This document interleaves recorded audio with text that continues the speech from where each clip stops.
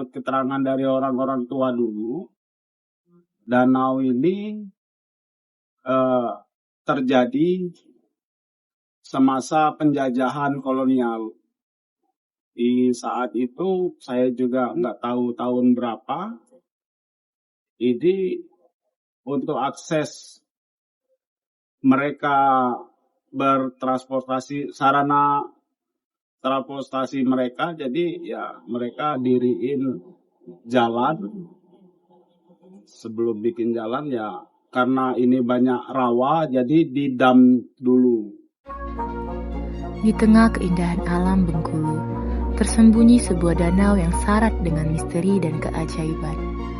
Danau Dendam tak sudah bukan hanya sekedar bentangan air, tetapi juga simbol dari sejarah, mitos, dan kehidupan yang terus berdenyut di sekitarnya.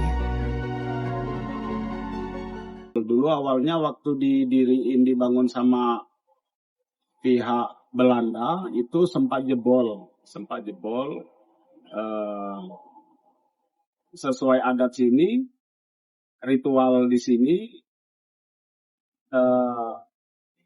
dam itu dibikin kembali. Setelah dibikin kembali, alhamdulillah sampai saat ini dam itu nggak jebol. Itu dari dam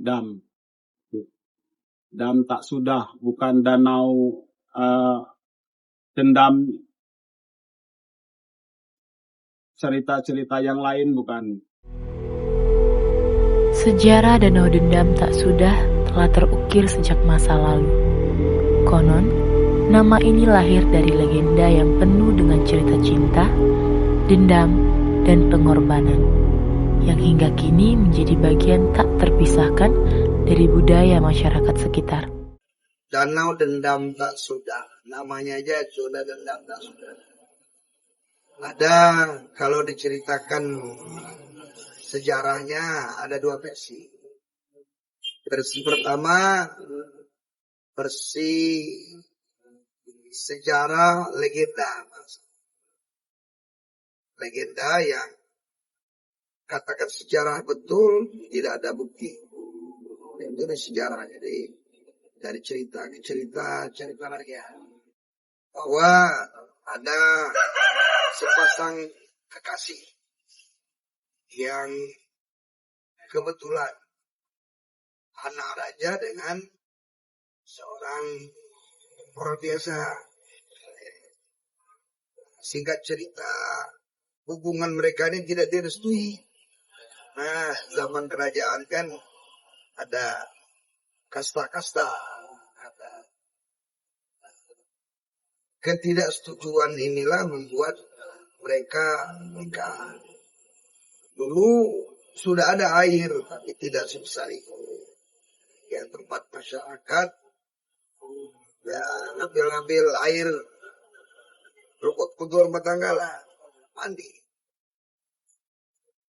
Pada suatu sore, sepasang kekasih ini main ke sana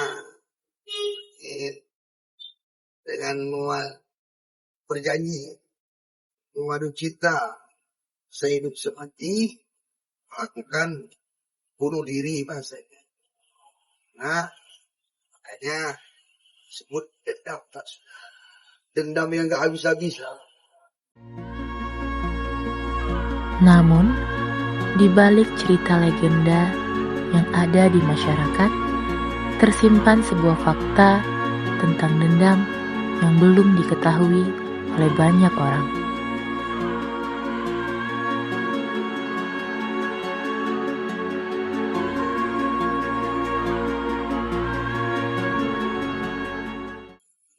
Nah, kemudian ada versi kedua.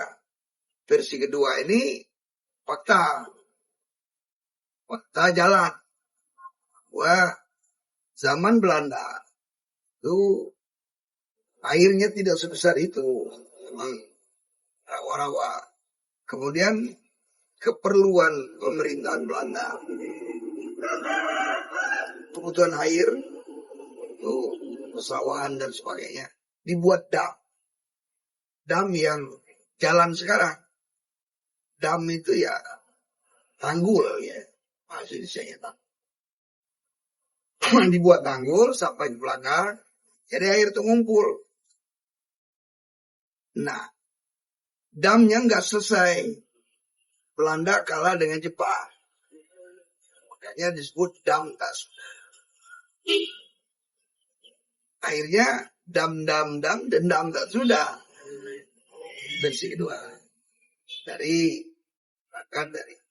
sejarah dan cerita dari Tidak hanya menjadi daya tarik wisata, danau ini juga menjadi bagian dari kehidupan masyarakat lokal.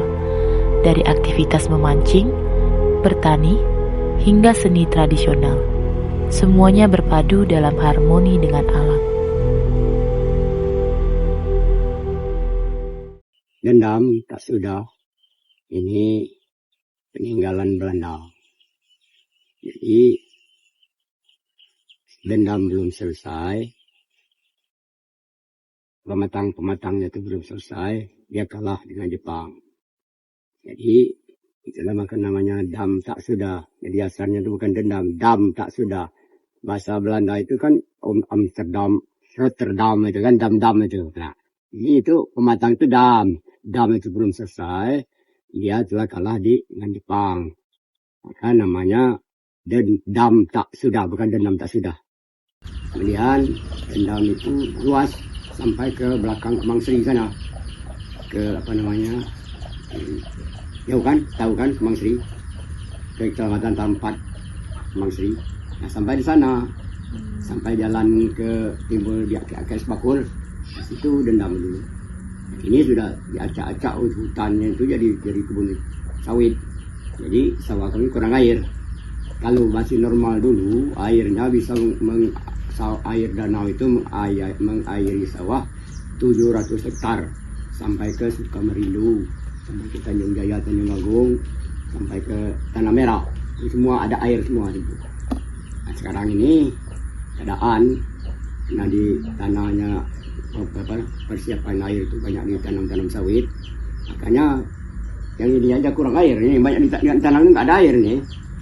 Kalau dulu 3 bulan tidak ada hujan, 4 bulan tidak hujan, nggak kurang air.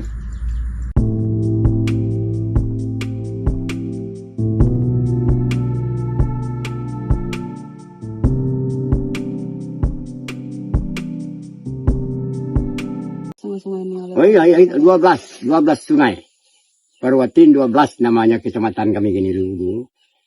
Perwatin itu berarti apa namanya? Bukan swasta maksudnya, swasta 12.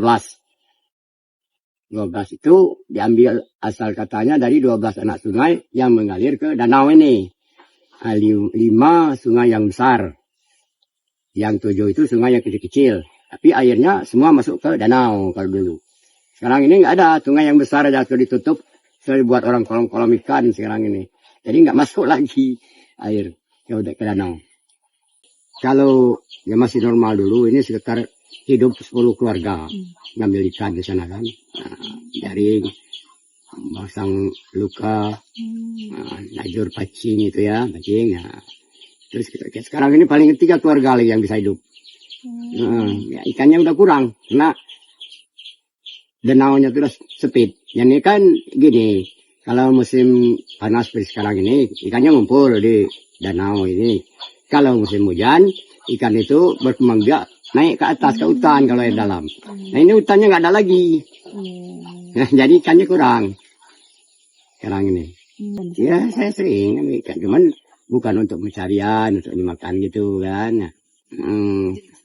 Hobi lah gitu, nah hobi ya. Danau Dendam tak sudah bukan hanya tentang keindahan alam atau legenda masa lalu. Ia adalah warisan yang harus kita jaga, sebuah pengingat bahwa manusia dan alam harus hidup berdampingan dan harmoni.